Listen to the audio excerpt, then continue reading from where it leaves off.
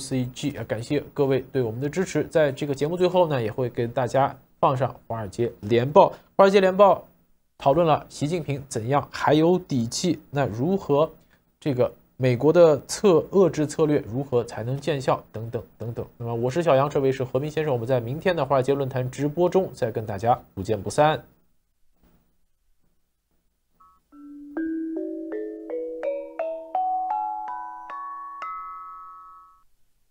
观众朋友，大家好，欢迎收看今天的新风视线。拜登政府最近在收紧对华限制方面头很大，两党议员都在要求拜登禁止美国公司开发在中国被广泛使用的一种免费开源芯片技术，这为美中科技冲突又开辟了一条新的战线，并且可能从根本上改变国际科技行业的合作方式。这一战线就是关于 RISC-V， 这是一种开源技术，可以与英国芯片设计巨头 ARM 的专有技术相竞争。从智能手机芯片到尖端人工智能计算机， RISC-V 都可以成为重要的组成部分。一些美国参议员正在敦促拜登政府基于国家安全对 RISC-V 采取行动，其中就包括众议院的共和党主席马可·卢比奥和民主党参议员马克·沃纳等等。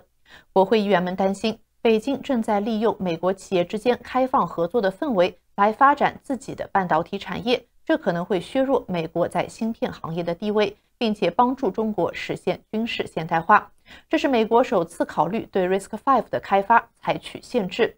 众议院中国问题特别委员会在给路透社的一份声明中表示，商务部应该要求任何美国个人或公司在与中国实体就 RISC-V 进行合作之前获得许可证。这些关于 RISC-V 的这个监管提案是美国和中国之间围绕芯片技术的斗争当中的最新一项内容，而是否收紧对华限制的问题本月正在升温。众议院外交事务委员会主席麦考尔对路透社表示，如果美国商务部负责出口管制的法规的部门不采取行动，那么他将采取立法行动。卢比奥则说，中国正在开发开源芯片架构，以逃避我们的制裁，并且扩大中国的芯片产业。如果美国不扩大出口管制来应对这一威胁，中国最终将取代美国成为芯片设计的世界领导者。五角大楼下属的国防高级研究计划局则为 RISC-V 技术提供了部分的资金。该技术是起源于加州伯克利大学的一个实验室。作为一种开源架构， RISC-V 在其官网表示，它没有任何政治立场，欢迎来自世界各地的组织在这个处理器创新的时代来共同协作。而在关于美国应该如何应对日益强大的中国方面，我们经常看到的一个现成的解决方案就是要遏制。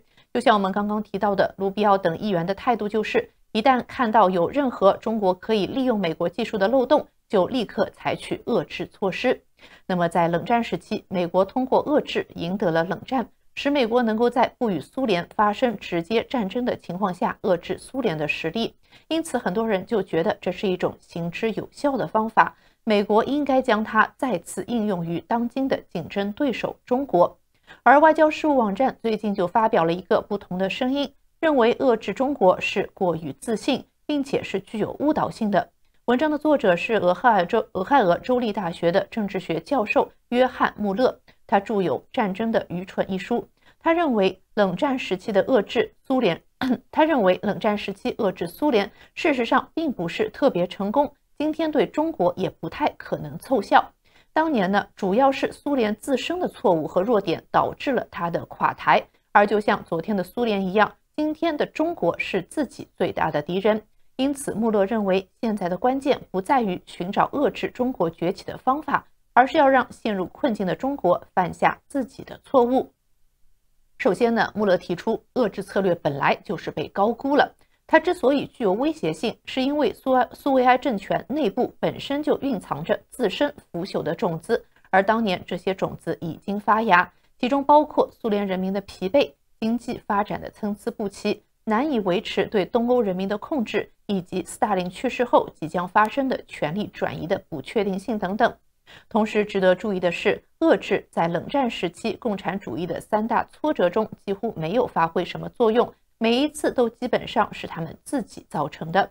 比如说1948年，斯大林试图对由独立的共产党领导的南斯拉夫实施更加严格的控制，但是失败了，结果导致共产主义阵营的分裂。20世纪60年代，共产主义运动因为中国和苏联之间的自导自演、自我毁灭式的神学争端而分裂。在这些挫折当中，没有一个是由美国一手造成的。1991年底，苏联的解体很难归因于是美国的遏制。那个时候，华盛顿早已认为冷战已经结束，并且正式放弃了这一政策。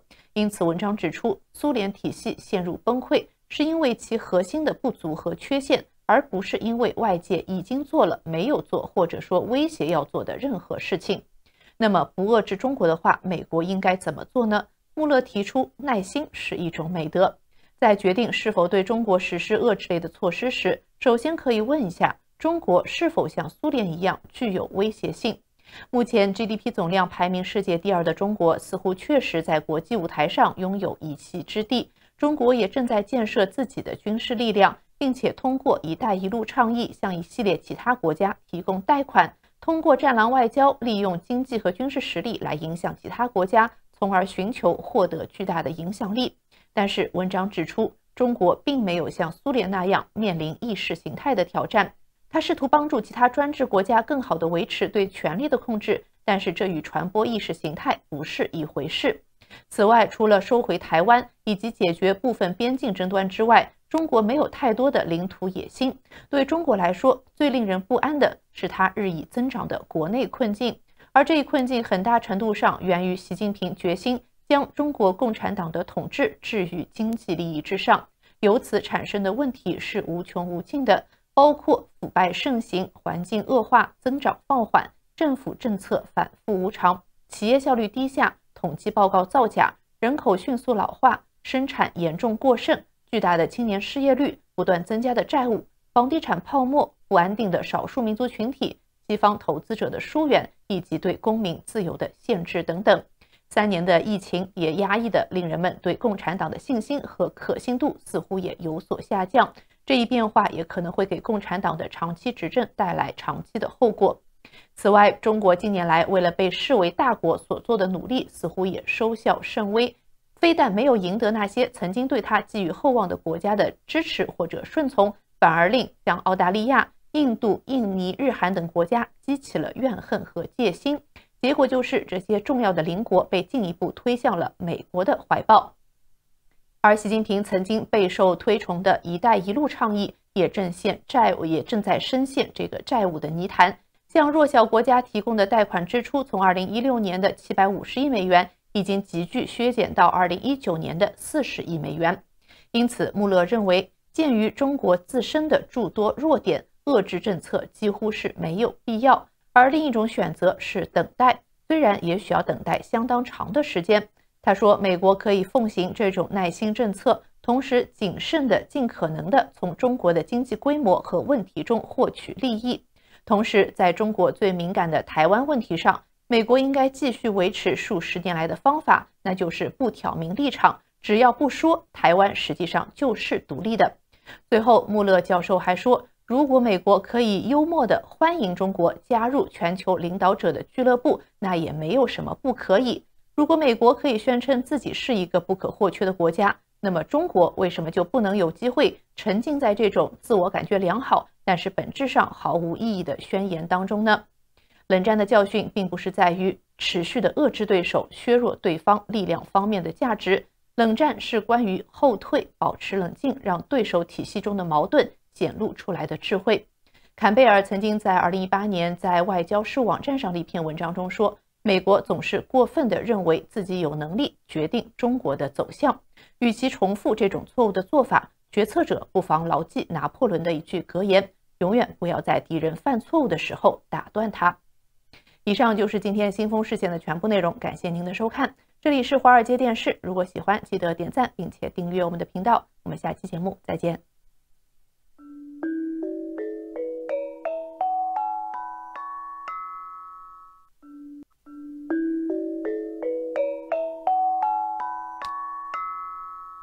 Hello， 大家好，欢迎关注华尔街电视频道。这期的热点深度关注一篇《金融时报》专题作家亨利·曼斯采访伯明的文章。那曾是驻华记者和美国海军陆战队少校的中国问题专家伯明认为即使经济疲软，中国的习近平仍感到有底气。文章提到，1年前习近平是主导了共产党代表大会，赶走了他的对手。现在令人费解的是，习近平开始赶走他的盟友们。中国国防部部长和前外交部部长已从公众视野中消失，2位火箭军的将军也已被免职。对于资深的中国观察家来说中国的精英政治基本上是不透明的。曾担任川普总统的副国家安全顾问的伯明认为中国的体制那是一个黑箱。伯明最好的猜测就是动荡是习近平统治的一个特点，而不是一个缺陷。在执政11年中，中国国家主席习近平已经清除了党内的6名政治局委员、35名中央委员和60名将军。他说我见过最好的估计是他清洗了大约350万党员。最新的人事变动可能也是一系列积极的举措，目的是以加深习近平首要地位的方式，使整个共产党陷入失衡。伯明认为约瑟夫·斯大林之前就一直在清洗他的军队，直到他们开战为止。而斯大林本人没有因此遭受任何负面的后果，他是在任内去世。所以伯明认为，他也猜习近平也将在任内去世。除了突然的人事变动，权力的集中也可能会导致误判和摆动。伯明认为，政策瘫痪，然后在另一个方向上过度纠正，然后再次政策瘫痪和再次过度纠正。去年的清零政策的迅速取消就是一个例子，这也可能会在习近平应对持续的房地产危机时体现出来。而了解中国领导层设计同时保持几个非常不同的想法。习近平是主导政治体制，但同时他也掌握着一个摇摇欲坠的经济和一个越来越不满他领导的公众。就在几年前，人们甚至是不敢提习近平他的名字，而现在人们会提到，你知道谁就是那个人。人们会说类似他现在把他的童年创伤发现在了我们整个经济上，或者中国的人们会抱怨他们不得不在工作时间进行思想学习习近平思想。这并不意味着习近平即将垮台。拜登总统曾声称习近平的困境是没有世界领导人会愿意与中国国家主席交换位置。最近美国总统还说，这可能会使中国变得更加危险。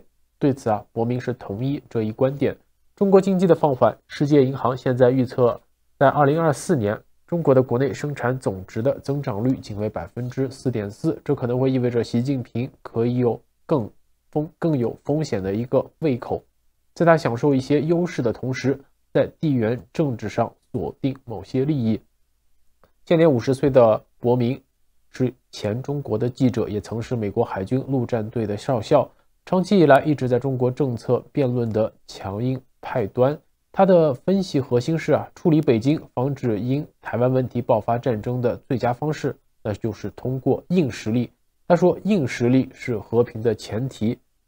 伯明自称他可以叫做鹰派，也许他是，但他不是一个想要战争的人。而与中国拉拢关系，正如拜登政府最近派遣高级官员访华所做的那样，传达的是一个错误信号。更重要的是，根据伯明的说法，北京对于这些访华的美国高官并不怎么友好。他举例说，美国的财政部部长珍妮特·耶伦在午餐时被喂了致幻蘑菇，而美国的商务部部长吉娜·雷蒙多，他一离开，华为就发布了一款手机成功是规避了雷蒙多部长制定的出口管制，而气候特使克里则几乎无法安排与中国的会议。在约翰·克里访问中国期间，也就是今年7月份，习近平与基辛格还举行了一次亲密的交谈，但对拜登总统的克里特使则置之不理。这显示出中国正显露他们视美国为弱者的迹象。伯明认为这是北京的错误估计。他说如果习近平确实是决定孤注一掷，试图在台湾问题上采取行动，伯明认为习近平将引发灾难性的战争，但不应该鼓励这种行为。外交政策的主流派欢迎2个世界大国之间增加沟通的迹象。伯明的回应则是，中国就像2022年之前的普京的俄罗斯一样，可能会对鸽派政策采取激进行动。现在也不是缓和的时候，北京并没有感到受到足够的约束，则不得不做出让步，即使经济疲软。伯明认为习近平也会感到某种程度的满足。而伯明作为一位病毒学家的丈夫，一位传染病医生的兄弟，伯明还是川普政府中最为担忧新冠病毒爆发的官员之一。他认为中国对病毒的应对不诚实，甚至带着恶意。他认为病毒最有可能是从武汉实验室泄露出来的。他说，我没有排除任何理论，但目前我甚至找不到支持自然爆发理论的间接证据。有越来越多的间接证据反而会支持实验室的意外泄露。在2020年的5月，伯明发表了一篇面向中国公众的普通话演讲。他认为中国历史上有着勇敢抗议的民主传统，而一位警告过新冠的病毒的医生也延续了这一传统。美国官员则报告称，在中国被审查之前，这份演讲在中国获得了数百万次的下载，而北京则做出了相应的回应。在2021年的1月，中国对伯明及其他川普政府人士实施了制裁，指责这些是疯狂的行为，并禁止川普人士进入中国国境。那时大流行病以及中国与印度的边界问题上的争议和在香港的镇压，已经影响了那些在政府中倾向于对北京采取较温和立场的人。伯明说，习近平开始发表我的论点。伯明如何学会在混乱的川普白宫施加影响？那正如里根总统过去常说的，如果你愿意让别人得到功劳，你在华盛顿特区就可以做很多事。川普时代有关中国的一些举措破裂了，而中国科技公司字节跳动旗下的 TikTok 也从未被禁止，其美国业务也没有出售给美国公司。伯明到现在也仍然认为，这个称号在美国拥有 1.5 亿用户的社交媒体平台，那是中国共产党最强大的武器之一。伯明说，这个东西设计的目的就是摧毁民主国家的体制。根据流传的内容类型，他们的目标实际上是分裂我们的内部，让我们对我们的政府形势失去信心。伯明认为美国应该禁止 TikTok， 并且可以根据现有的法律来做到这点，但只是我们目前没有这个意愿。对此 TikTok 则指出了乔治亚理工学院的教授米尔顿·穆勒进行的研究，该研究未发现 TikTok 这个平台构成了国家安全威胁的证据。伯明在2021年1月6日国会大厦骚乱之后辞去了川普政府的职务，并搬到了犹他州。他现在是胡佛研究所的杰出访问学者。然而，川普时代的保护主义政策仍然存在。在2022年，拜登政府宣布对于高端半导体实施广泛的控制措施，实施了所谓的小院高墙的政策。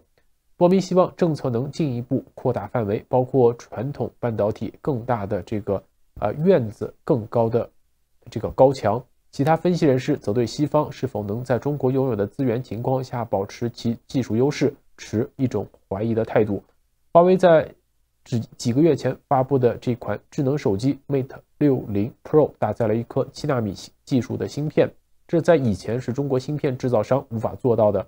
但伯明说他警告不要高估中国。当川普在2020年关闭了中国驻休斯顿领事馆，指控其进行商业间谍活动时，北京几乎没有报复，因为他们知道在领事馆的在这种互相关闭领事馆的过程中，中国方面失去的远远是多于美国失去的。他们仍然需要获得美国资本的准入，获得美国实验室和大学的准入，获得美国的市场准入。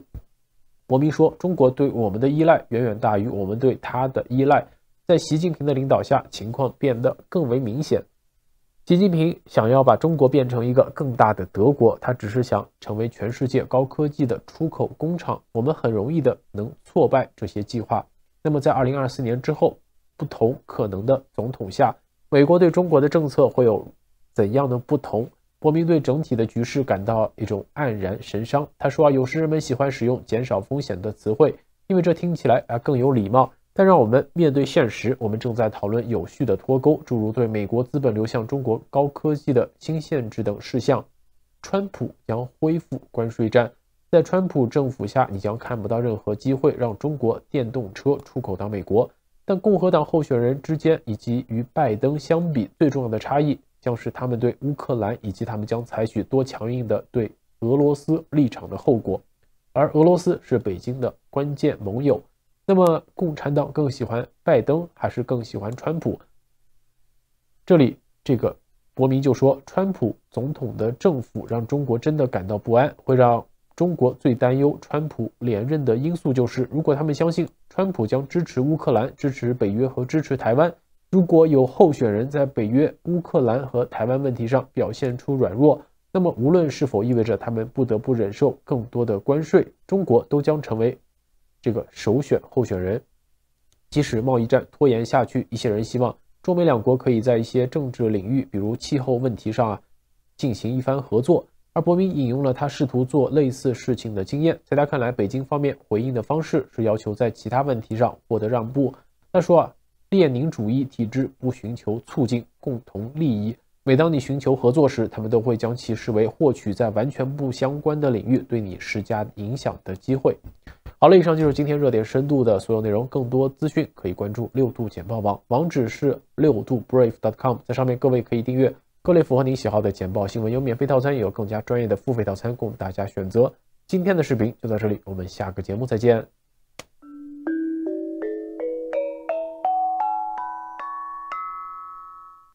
Globally, around half of all women are in paid employment, while the equivalent figure for men is 80%.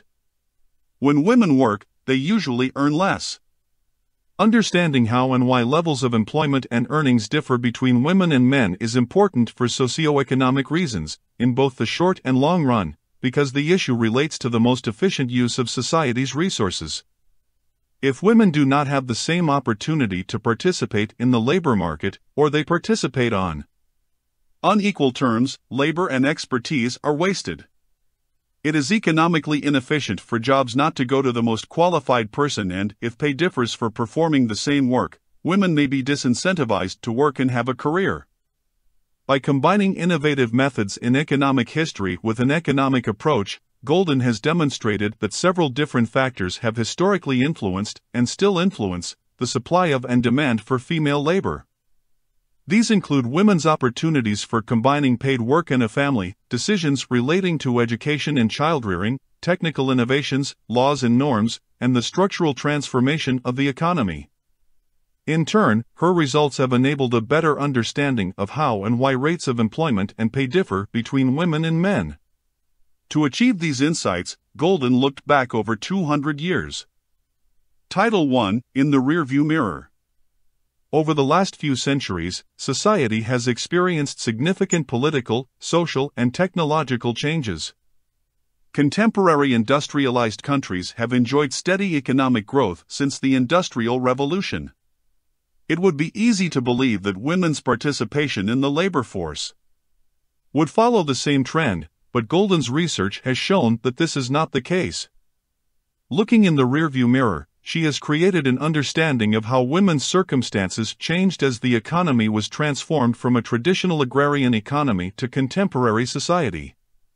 However, some parts of this mirror were smudged, due to women's work being underreported in historical sources, and these smudges needed wiping away. When this was done, Golden could allow the overall picture to emerge by analyzing both the corrected and new historical data. When she zoomed in on U.S. history, this picture became crystal clear. She was able to identify groundbreaking patterns that have not only challenged existing knowledge, but which have also changed the view of women's historical and contemporary roles in the labor market. One of these patterns looked like the letter U. Title 2, The U-Shaped Curve. Before Golden's path-breaking book was published in 1990, researchers had mainly studied data from the 20th century and concluded that there was a clear positive association between economic growth and the number of women in paid employment. In other words, as the economy grew, more women were in work. However, because older data had barely been studied, this relationship remained unclear over a longer period of time. Golden's first observation was that women's employment rates had often been incorrectly stated in existing data. For example, it had once been common for women's occupation to be designated as wife in censuses and public records, but even if they were married, it was not automatically the case that they did no work other than domestic labor. The fact is that it was not unusual for women to work alongside their husbands in agriculture or various forms of family business. Women also worked in cottage industries or production in the home, such as with textiles or dairy goods, but their work was not always registered correctly in the historical record. By compiling new databases using historical time-use surveys, industrial statistics and censuses, Golden was able to correct the data on women's participation in the labor market. She established that the proportion of women in the U.S. labor force was considerably greater at the end of the 1890s than was shown in the official statistics. For example, her corrections demonstrated that the employment rate for married women was almost 3 times greater than that registered in censuses. By uncovering data all the way back to the end of the 18th century, she was also able to reveal a surprising new historical fact. Prior to the rise of industrialization in the 19th century, women were more likely to participate in the labor force. One reason for this was that industrialization made it harder for many married women to work from home and so combined work and family. Golden documented this in an innovative manner, using data from over 10,000 female household heads in 18th century Philadelphia. Even if Golden was able to show that many unmarried women were employed in manufacturing during the industrial era, in some states, up to 40% of all young women worked in industry, the total female labor force declined. Along with the previously known increase at the start of the 20th century, Golden showed that women's historical participation in the U.S. labor force could be described using a U-shaped curve for the 200-year period from the end of the 18th century. Because economic growth was steady throughout this period, Golden's curve demonstrated that there is no historically consistent association between women's participation in the labor market and economic growth. We now know that this U-shape is in no way unique to the U.S. and holds true in many other countries. These insights make it possible to better map and understand women's position in the labor market internationally. In other words, we should not count on economic growth automatically reducing gender differences in the labor market. But what explains the differences? Why is equality progressing so slowly? Golden established that marriage is one important explanation. Title 3: Do you take this man to be your lawfully wedded husband? By the beginning of the 20th century, there was a significant difference in the employment rates of married and unmarried women. While around 20% of all women worked for pay, only 5% of married women did so. This was also the period of U.S. history in which the upward trend for female participation in the labor market started, where the U-shaped curve turned upward. Golden showed that technological progress, the growth of the service sector and increased levels of education brought an increasing demand for female labor. However, social stigma, legislation and other institutional barriers limited the influence of these factors. Golden was also able to establish that marriage played a greater role than had previously been believed. Golden noted that legislation known as marriage bars often prevented married women from continuing their employment as teachers or office workers. Despite an increasing demand for labor, married women were excluded from parts of the labor market. This type of legislation peaked during the 1930s Great Depression and the years following it, but was not the only reason. Golden also demonstrated that there was another important factor in the slow reduction of the gap between men's and women's rates of employment, namely women's expectations for their future careers. Title 4: The Importance of Expectations. The labor market consists of different generations, cohorts, who face different circumstances when making their life choices. Golden developed a cohort-based approach to the analysis of what happens when a cohort enters the labor market. In the early 20th century, for example, most women were only expected to work for a few years prior to marriage and then to exit the labor market upon marriage, which influenced their educational choices. Golden showed that in periods of rapid development, women may make decisions based on expectations that later do not come to fruition. In the second half of the 20th century, societal changes meant that married women often returned to the labor force once their children were older. The job opportunities they then had were based on educational choices made perhaps 25 years previously, at a time when they, according to contemporary social norms, were not expected to have a career. many women who were young in the 1950s had mothers who were housewives and, when their mothers returned to the labor market, the daughters had already chosen their educational paths. In other words, the daughters did not expect to have a career when they planned their future, and it only became apparent much later that they could have one that was long and active. For much of the 20th century, women underestimated how much they would work. Expectations and outcomes did not start to converge until the 1970s. Consequently, women who were young in that period invested more in their education. In recent decades, women have become increasingly likely to study, and, in high-income countries, women generally have a higher level of education than men. The way that women often left the labor force for an extended period after marriage also explains why the average employment level for women increased by so little, despite the massive influx of women into the labor market in the latter half of the 20th century.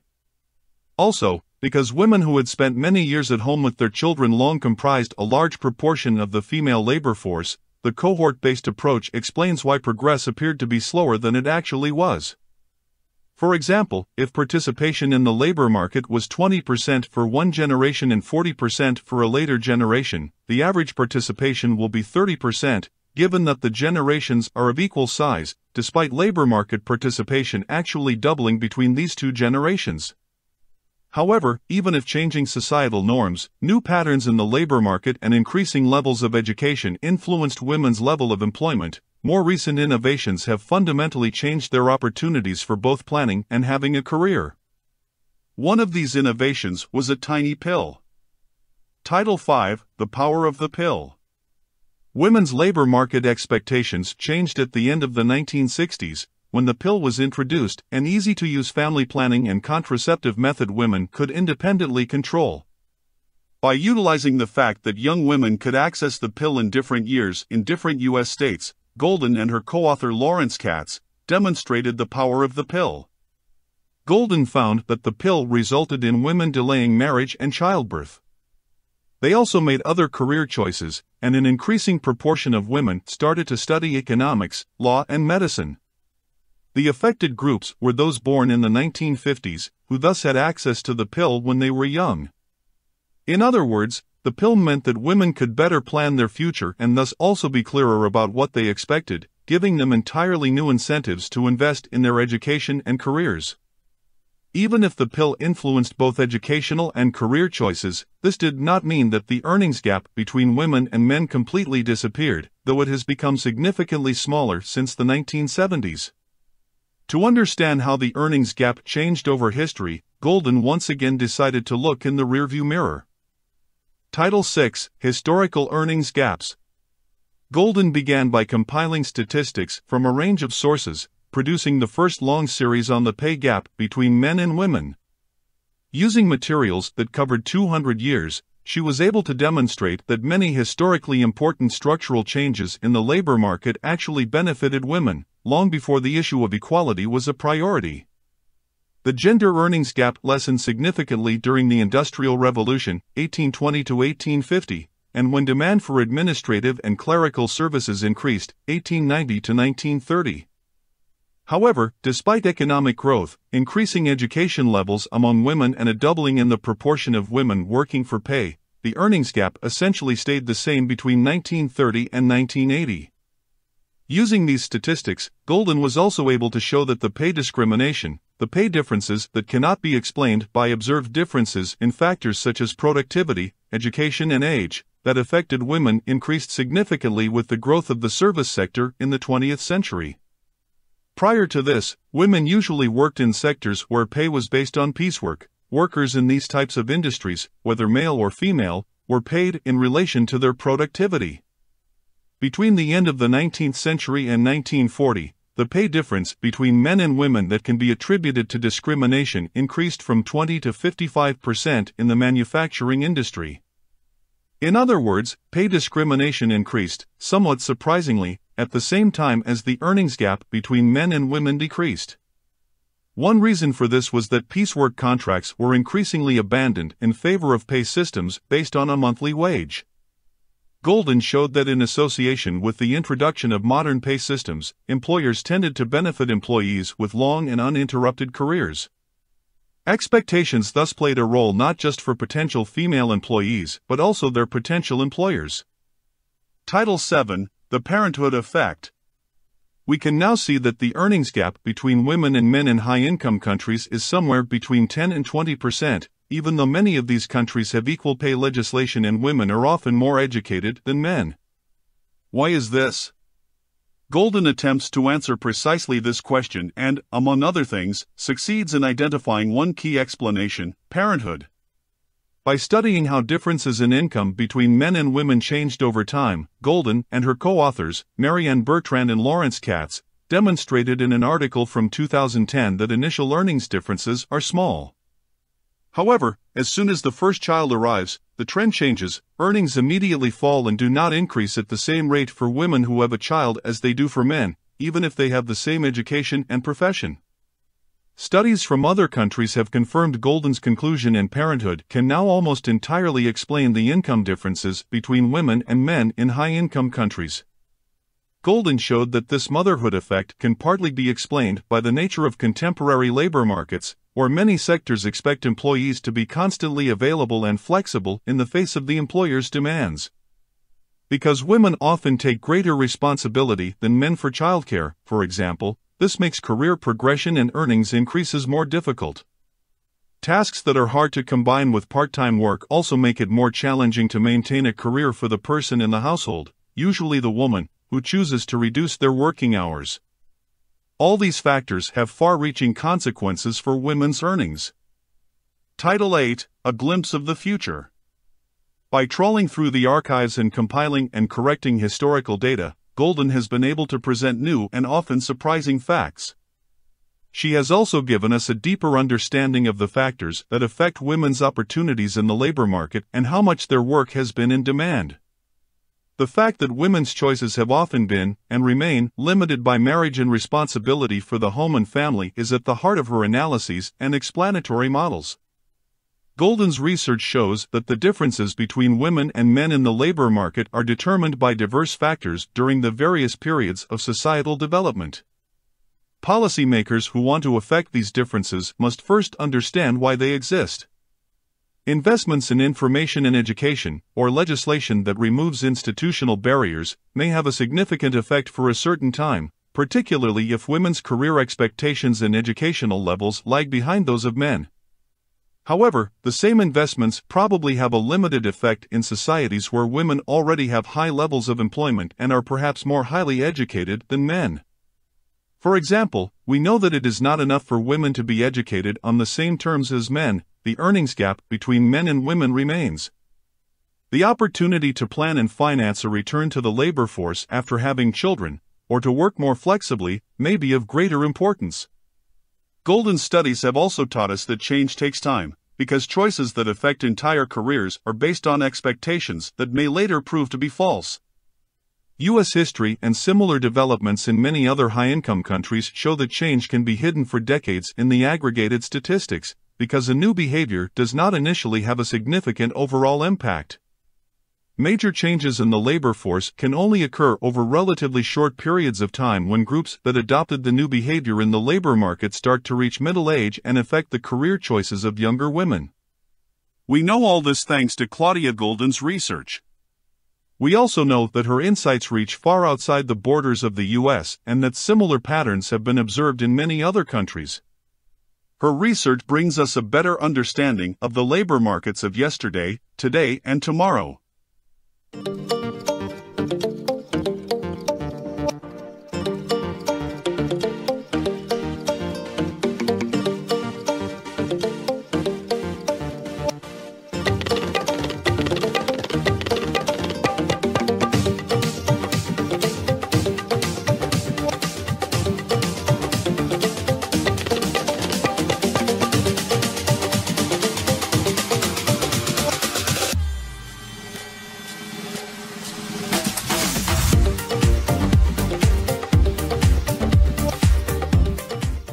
We thought that at a time like this, when there's a lot of uncertainty of what's going on the ground in Israel and in the region, that the best contribution the Council on Foreign Relations could make would be to assemble some of our experts and provide some sober, fact-based, informed analysis to you.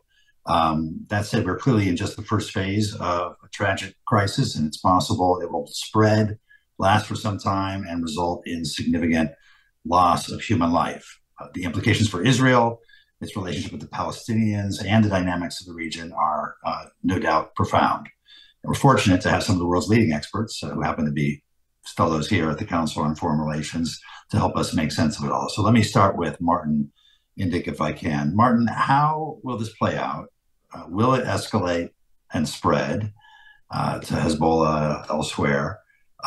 Is this a massive failure on the part of Israeli intelligence or the Israeli political system? And what does it mean for the Biden administration? All in five minutes, if you don't mind. So I think there's a high potential for escalation, just because Israel is inevitably going to retaliate in a very strong way, possibly, I would say at this point, even likely, go into Gaza. And the result of that will be a very high loss of life on the Palestinian side. The numbers are already in the hundreds. I think that we don't know yet, and Ray will talk about this in terms of what Iran's role is. But if this is coordinated, as I suspect it is, then I think we can see a situation where Hezbollah could well join in. And then we've got a regional conflagration, the dimensions of which we have not seen, and which will be a real regional conflagration. Hopefully, we can head that off, but it's not going to be easy. There's a potential for eruption in the West Bank. Terrorist attacks against Israeli settlers will draw another harsh response in the West Bank. There could be a blow-up in Jerusalem or in Israel's Arab sector. So there's a high potential for escalation. What can the United States do about this is, simply put, not much at this stage.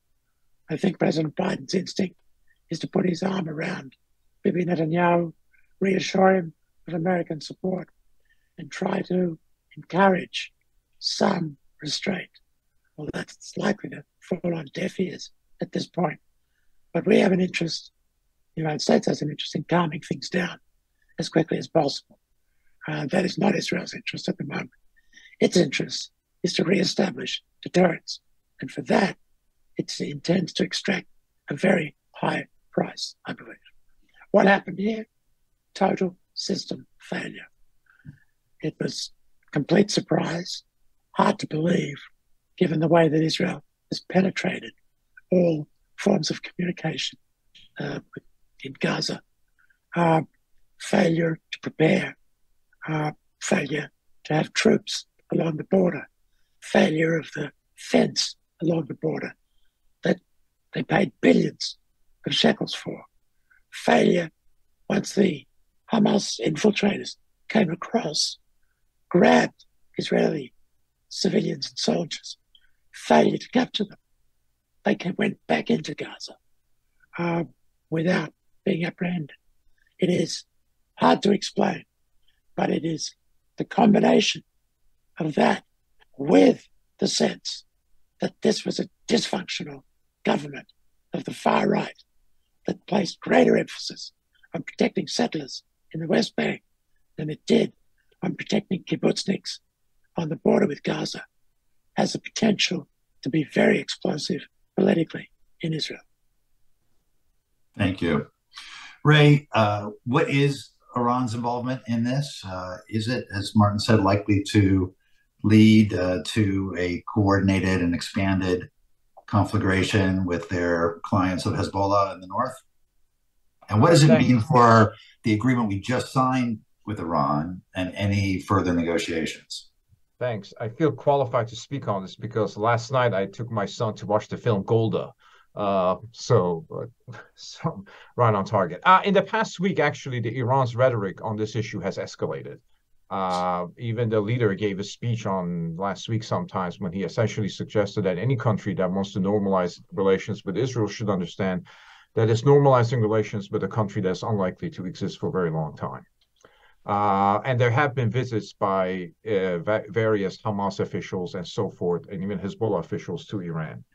Iran has historically tried to use rejectionist forces or proxy forces in order to disrupt regional trends that it dislikes. As Martin remembers, in 1995, it was Hamas that essentially used violence to undermine a peace effort that was taking place at that time.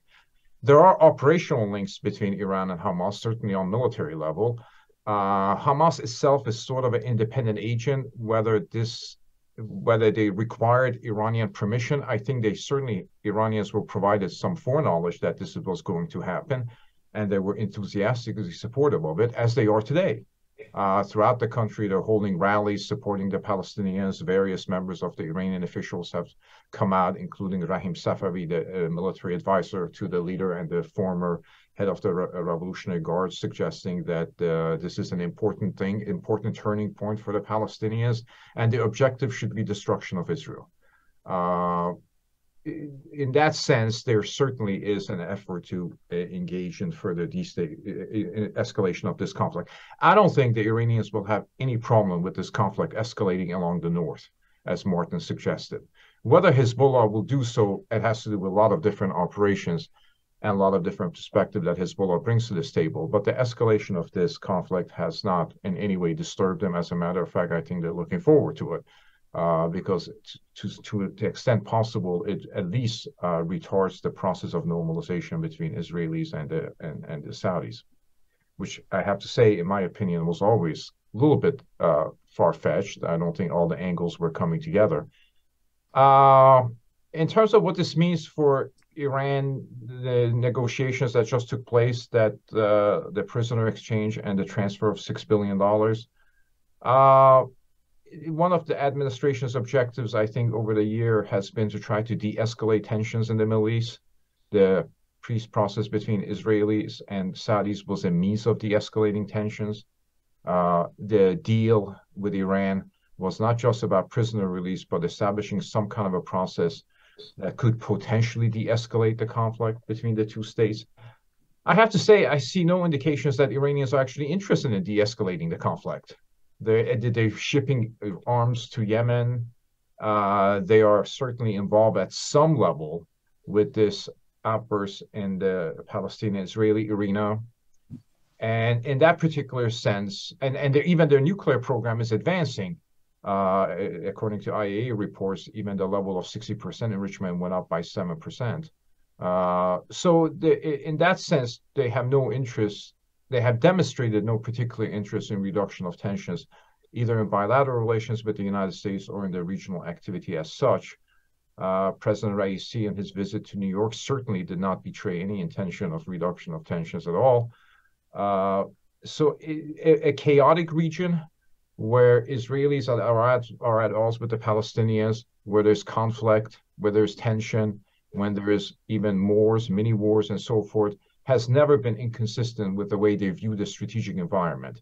A strategic environment that is beneficial to them is not nation states coming together in some sort of a compact that could potentially isolate them, but the region that disintegrates into further degree of violence and chaos. So I think they would be proponents of further escalation of this, and they certainly would try to use that against their very regional nemesis, including the Saudis and certainly the United States.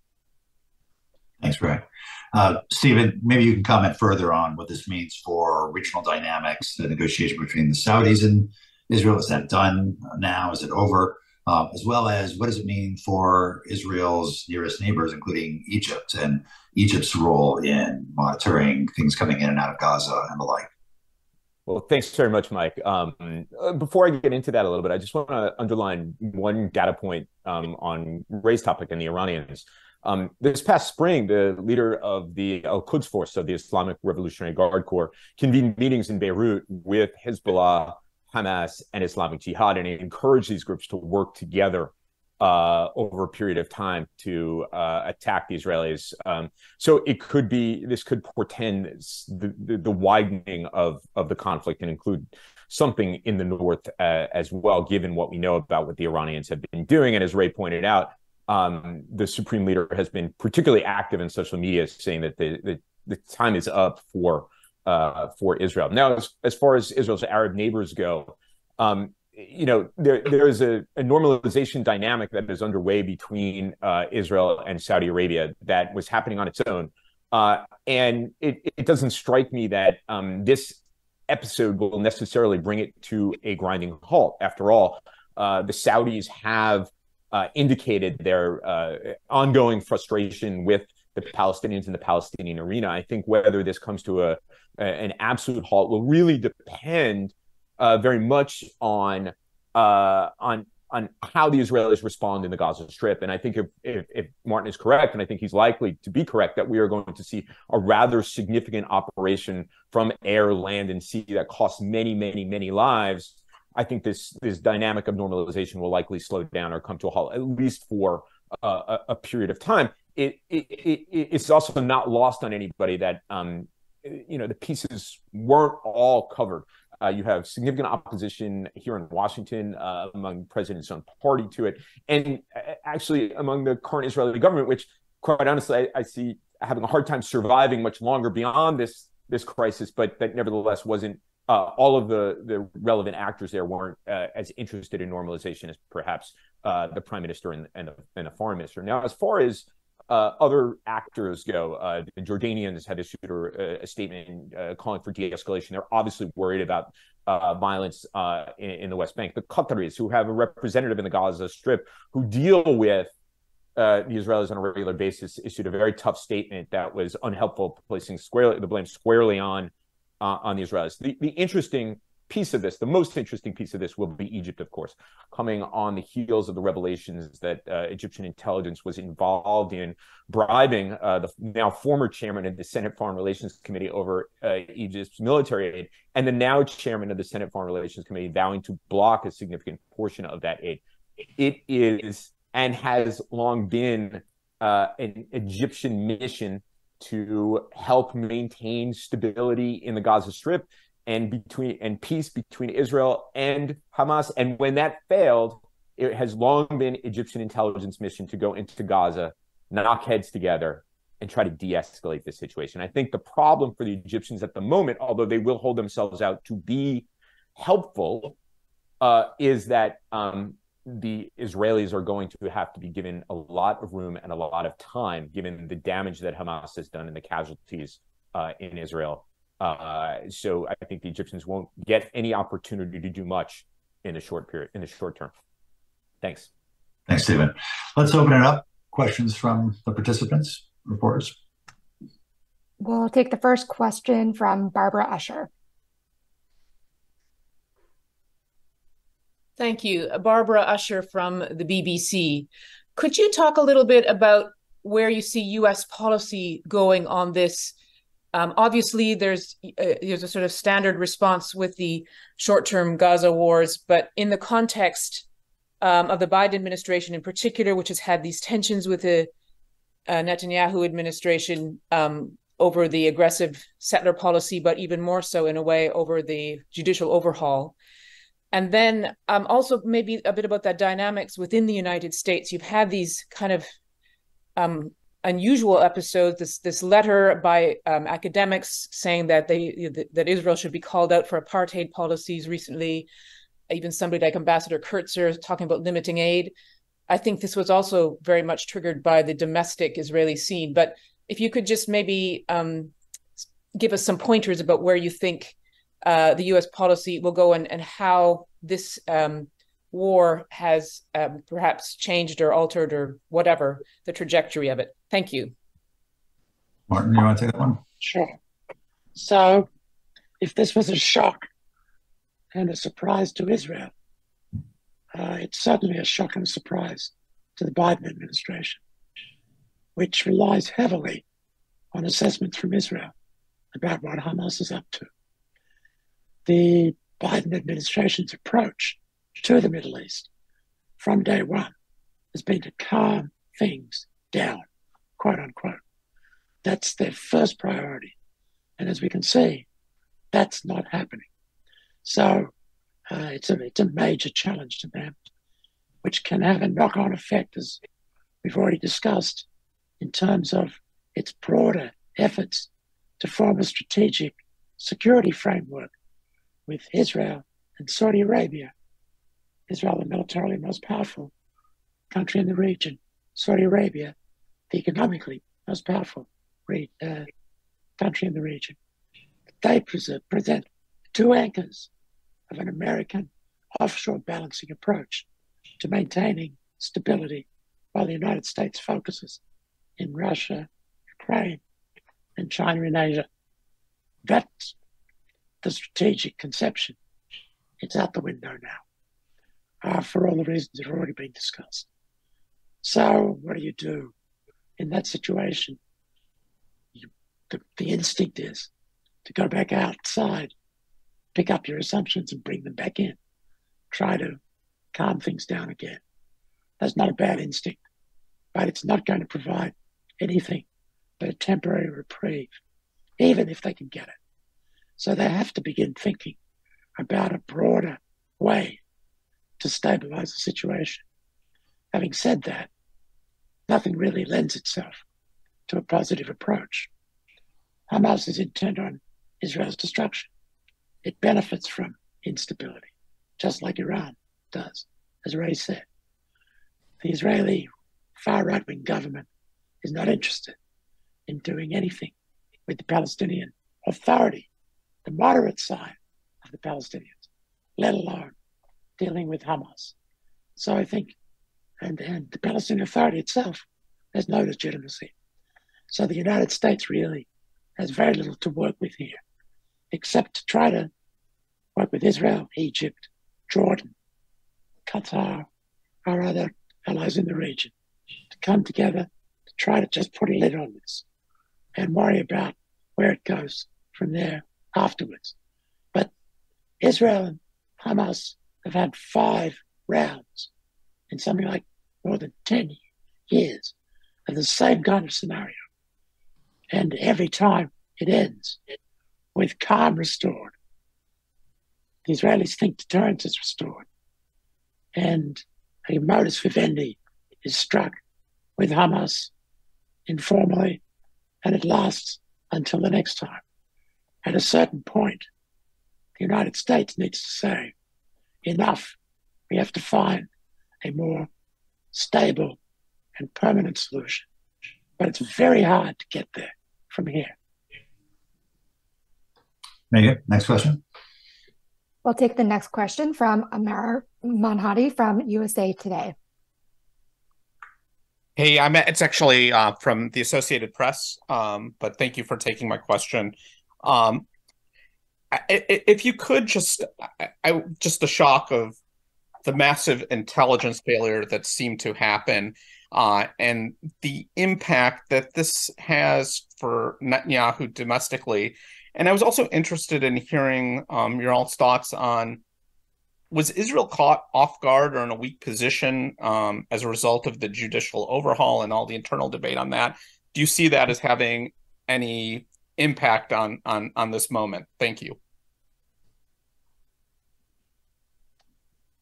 I'll take the second one if somebody else wants to take the first. Yeah, Stephen, you want to take the first? Well, in terms of the intelligence failure, yeah, I think it's abundantly clear. It's just anecdotally, I was speaking with some Israelis this morning as events were unfolding, and one of their children was rushing back to their base.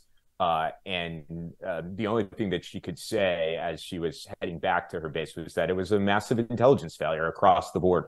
That, from the inside, Shin Bet, Mossad, military intelligence, no one had any idea that this was coming. After all, had they had any idea that this was coming, she would not have been enjoying herself on a weekend off as a drone operator. So I think that this is of the same massive calamity intelligence failure as you saw in October 1973.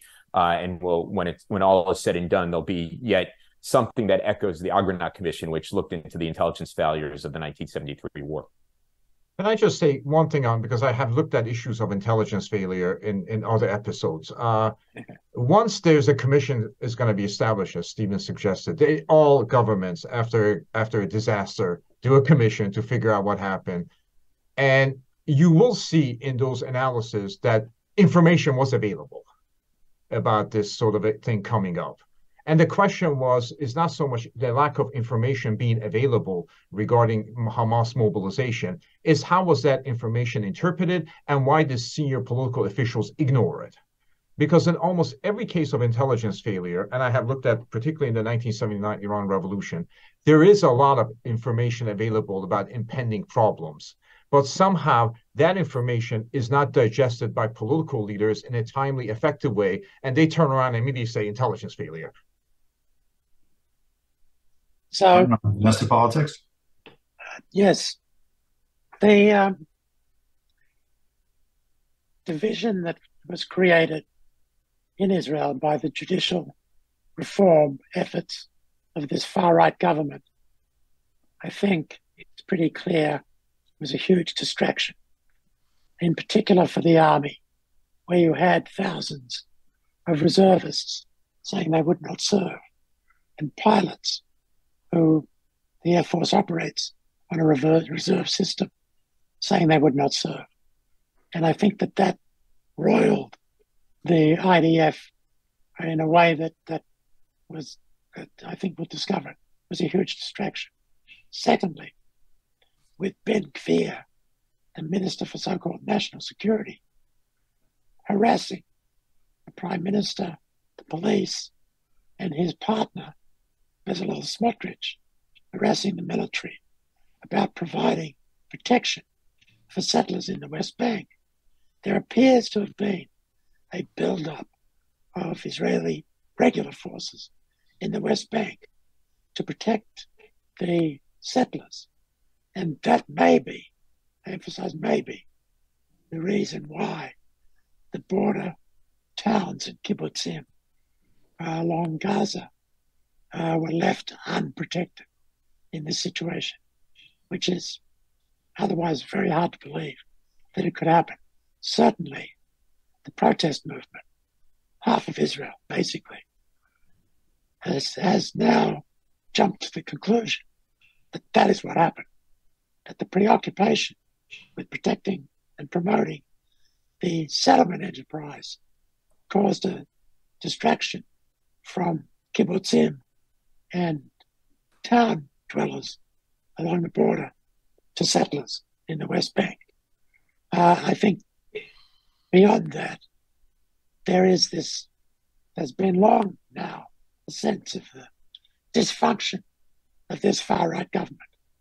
And one thing to watch is that the leader of the opposition, Yair Lapid, put out a statement today after meeting with the Prime Minister in which he said that he had offered Netanyahu a narrow coalition of the center-right that would be the Likud under Netanyahu, Lapid and his party, and Gantz, Benny Gantz, and his party, that would essentially form a majority, push out the far right, and work as an emergency government that would provide much greater confidence on the part of the Israeli people. We will see whether Netanyahu decides to renounce the far right and join with the center. It's a risky thing for him, but he is in a very dangerous position now because the failure is on his watch. The casualties are on his watch, and he is politically in deep trouble. Megan, next question. We'll take the next question from Sean Tandon.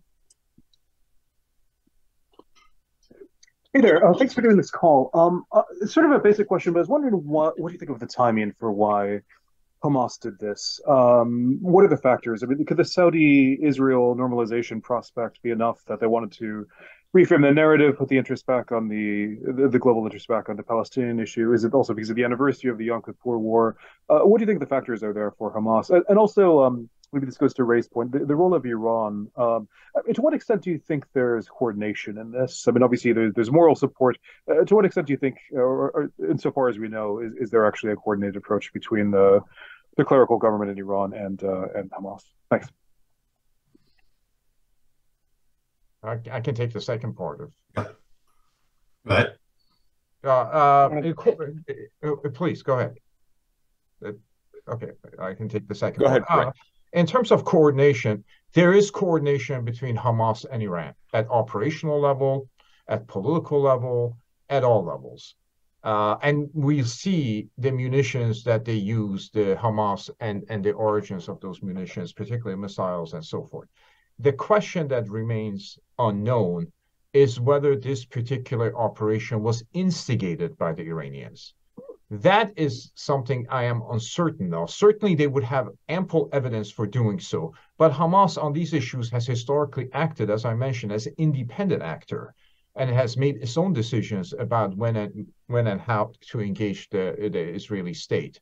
But the coordination is beyond dispute. I happen to believe that Iran did have some kind of a foreknowledge that this was happening. I am just not certain if they told Hamas to go ahead and attack Israel in such way. The proxy in that arena that has been most effective and most compliant beyond, of course, Palestinian Islamic Jihad has been Hezbollah. Hezbollah has compromised its interests many times at the behest of the Iranians, including its immersion in the Syrian civil war, which did not benefit at all. That kind of a relationship, as far as I know, does not exist with Hamas. But certainly, to go to your question, Mr. Tandon, yes, there was coordination. The question was whether Iran instigated it. That I'm not sure about. I'd be skeptical of that. Please. On the question of timing, I don't think anybody knows at this point. There's certainly something, poetic, if in a macabre way, about doing this on essentially the 50th anniversary of the 1973 war. But what makes the issue of Hamas-Iran coordination tantalizing here is that clearly the Iranians have an interest in disrupting the normalization process between Israel and Saudi Arabia. And this might, from their perspective, be a way to do it. But of course, I think in this early going, we don't have any hard information as to why the timing was today. I think it's worth reflecting on the fact that the assumption that the Israelis were operating on, and we were too, was that Hamas was interested in a live and let live approach. They were pushing for more Palestinian workers to go into Israel from Gaza. They were earning money from the proceeds that those workers brought back into Gaza. They were looking for more money from Qatar. They were rebuilding Gaza. The idea that that was a huge smokescreen for something that they were preparing for a very long time, because the simultaneous nature of the attack, the firing of thousands of rockets, the land, sea, and air infiltration could not have been done overnight. And they had to be engaged in a massive deception operation as well. In many ways, it's similar to Sadat 50 years ago in the October War, Yom Kippur War. And I wonder whether that wasn't a big part of their timing. That was, after all, the last big military victory by the Arabs against Israel, even though it ended in defeat. But the crossing of the Suez Canal, the gaining of the Golan Heights by Syria, was a huge achievement for the Arab armies. And I think Hamas, looking back at it now, wanted to use that, wanted to show that they could do what Sadat did. There's a big difference, however. Sadat went to war in order to make peace. And he turned very quickly to the United States to begin a negotiation, peace negotiation with Israel. Hamas has no intentions of doing that. It's rather, I think, wanting to build its reputation, destroy further the legitimacy of the Palestinian Authority, show themselves as the fighters in the Arab world compared to the sheikhs who all they want to do is make peace with Israel and make money out of it. I think that was their basic calculation. It's totally amazing, shocking to me, that they were able to do it without Israel or the United States picking up on it. We'll take our next question from Daniel Drozner. Hi, thanks all for doing this. I guess my question is about what the fallout will be within Israeli domestic politics, because I assume that we're about to witness the mother of all blame games in terms of who bears the responsibility for the failure in intelligence. And if there's one thing we know about Benjamin Netanyahu, it's that he survived for something like 20 years. So I guess my question is, how is Netanyahu going to try to play this in such a way that presumably the IDF bears the brunt of the blame as opposed to himself? And is it possible for him to do that? Or is this such a colossal failure that not even Netanyahu's political skills are going to be able to avoid the blame? Martin? Look, certainly we'll try, Daniel, to do what you suggest. But you probably have noticed that he's not quite as effective as the spinmeister than he used to be. And the reason is because he doesn't have, notwithstanding his protestations, he doesn't have his hands on the steering wheel. Smotrich and Ben Gvir, the far-right ministers in his government, ignore him, and they basically do what pleases them. I can't imagine what the cabinet meeting is like with those guys in there, trying to shift the blame to him, of course, trying to gain some political advantage out of it. So he's in a very difficult situation. Secondly, it's the government's responsibility to protect its citizens. He can't just blame the army for that. Such high casualties means that he's going to have to take responsibility, as much as he may try to avoid it. That's why I suspect his best option is to go with Lapid and Gantz and try to establish a different, responsible government where, going forward, he can deal with this problem in a more effective way. If he doesn't, he's using a dysfunctional operation to try to deal with Israel's most serious crisis in 50 years. And I think he's smart enough to know that that's not going to work. But we'll have to see. We'll take the next question from Massimo Calabresi. Hello, thank you for doing this. It's very interesting and helpful. Massimo Calabresi from Time Magazine. My question is, what, if any, risk or danger is there of this conflict expanding into a wider regional conflict, engaging any other state-level militaries, or is it a sub-state proxy war conflict, as far as you can tell? Stephen, you want to take that one? Yeah, I think it's unlikely that we're going to see a kind of interstate conflict between an Arab army and Israel, but there is a real danger that we will see Hezbollah and Israel, which is kind of the nightmare scenario.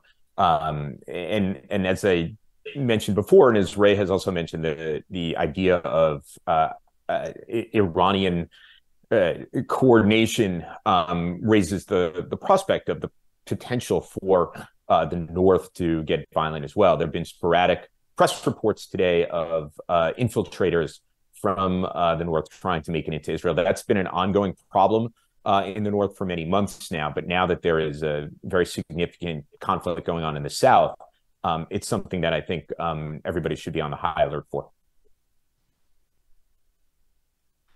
We'll take the next question from Jeffrey Rosen.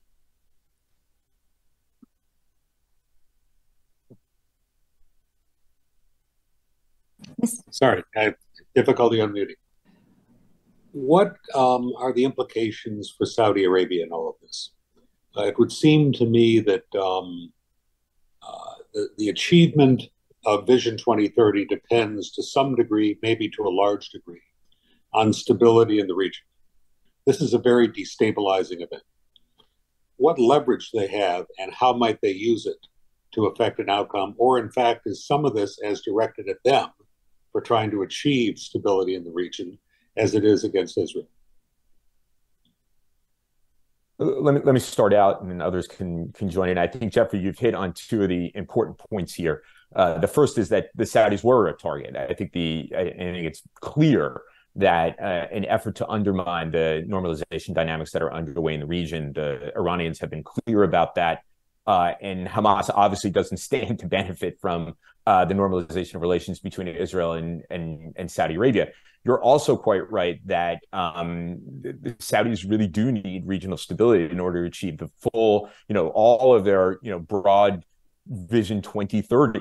And so if the Saudis, who have put themselves out as the most important regional actor, now need to try as best as they can with their relations with the Israelis, as well as their clout within the Arab world, to bring something constructive to the table here. But I wonder what that may be, given the fact that they don't have good relations with Hamas. They are opposed to Hamas. And the Saudis have another domestic political problem, whereas Mohammed bin Salman and the people around him are keenly interested in normalization of relations with Israel, have spoken openly about it in ways that I think many of us have been surprised by over the course of the last year. The vast majority of Saudis themselves are opposed to normalization. I think there was recent numbers coming out of Saudi Arabia, somewhere in the neighborhood of 2% of Saudis support normalization. It wasn't that long ago that there were telethons happening in Saudi Arabia in support of Hamas suicide bombers. So, whereas, of course, MBS is the primary, if not the sole decision maker in Saudi Arabia, if he wants to move forward, he can move forward. But there are no remarks to normalization. Can I just make a brief comment about that, if I may? The new leadership in Saudi Arabia has sought to revise the previous national compact that they had, namely economic dividends for sake of lack of political participation. To some extent, the Saudi government is trying to put Saudis back to work.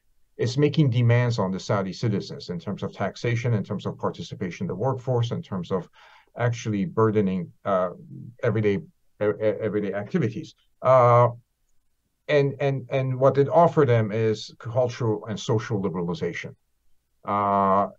That was always a tenuous compact, in my opinion.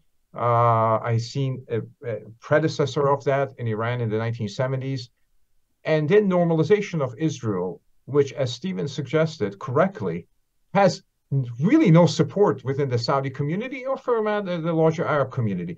It further puts stress on the Saudi government in dealing with its domestic audiences. And the other thing that the Prince bin Salman has done is a very vicious anti-Shia campaign that they have launched that further aggravates the problems that they have and further provides Iran with inroads into their country in terms of their vulnerable constituency.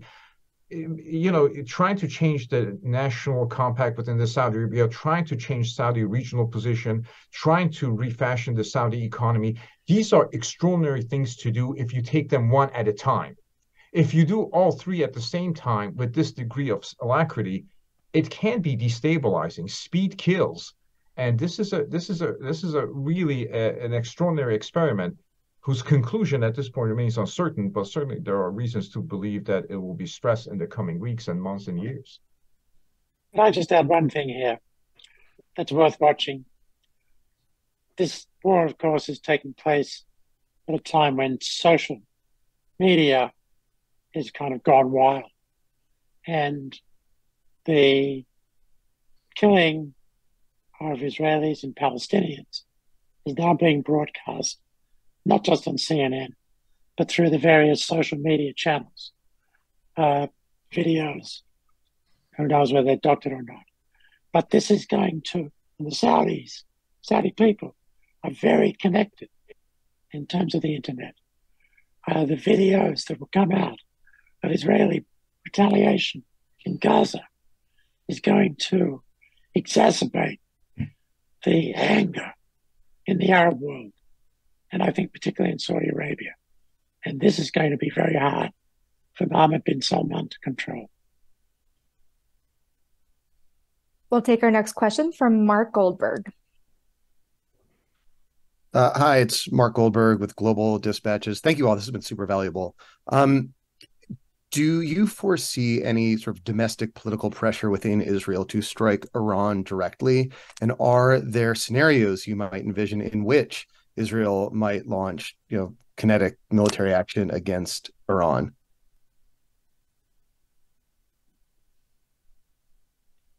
Ray, you want to take that one? Whether Israelis will strike Iran directly, I'll leave that to Martin and perhaps Stephen want to contest that.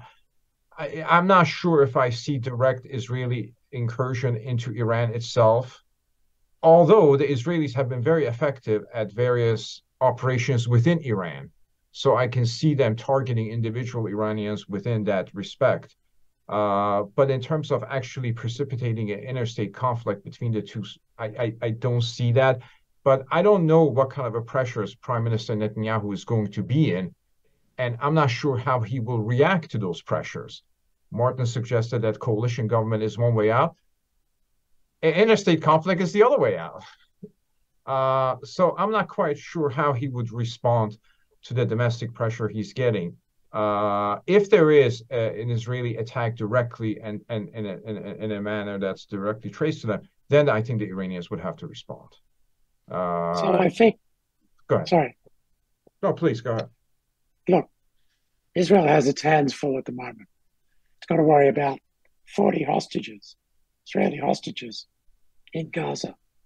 It's got to figure out what exactly went wrong and what else could happen.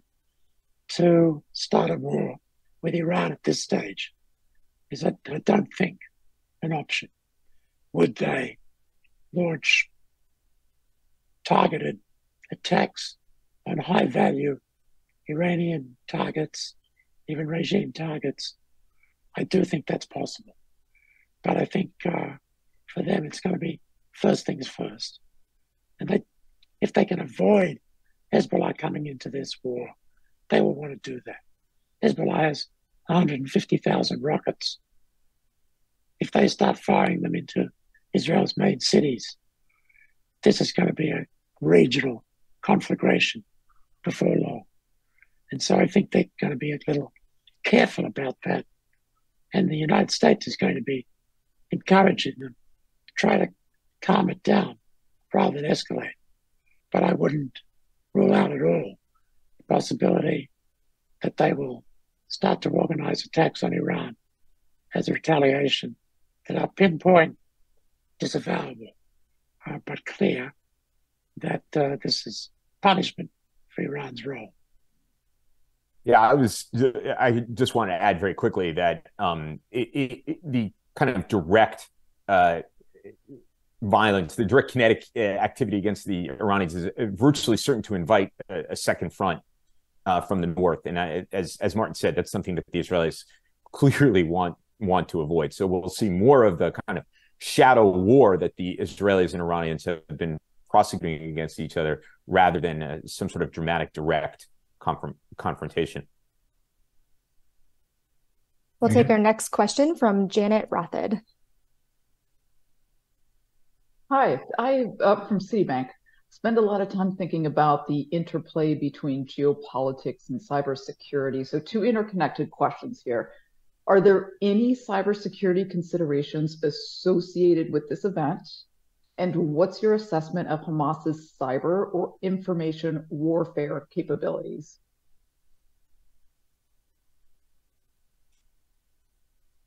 Well, certainly not my area of expertise, but it seems to me that this is where low-tech beat high-tech. Hamas's capabilities in the cyber area are limited. They do have internet, they maybe have 3G, but their ability to handle cyber activities compared to Israel's abilities, which we know something about, is just, black and white, night and day. So I think that they took advantage of the fact that Israel had become dependent on their interception of all of Hamas's communications. ability to listen in, to perhaps deceive the Israelis, and to have an OPSEC way of operating that the Israelis could not intercept, not because it was sophisticated, but because it was, like pigeon carriers. I think the real cyber issues are clearly the Israelis and Iranians pitted against each other, the ongoing, which is part of this broader shadow war that's being conducted between each other. I'm not aware that this is something that Hamas has waged against Israel, but certainly the Iranians are often trying to get into Israeli systems and vice versa. And there's ample evidence of the Israelis being able to do that.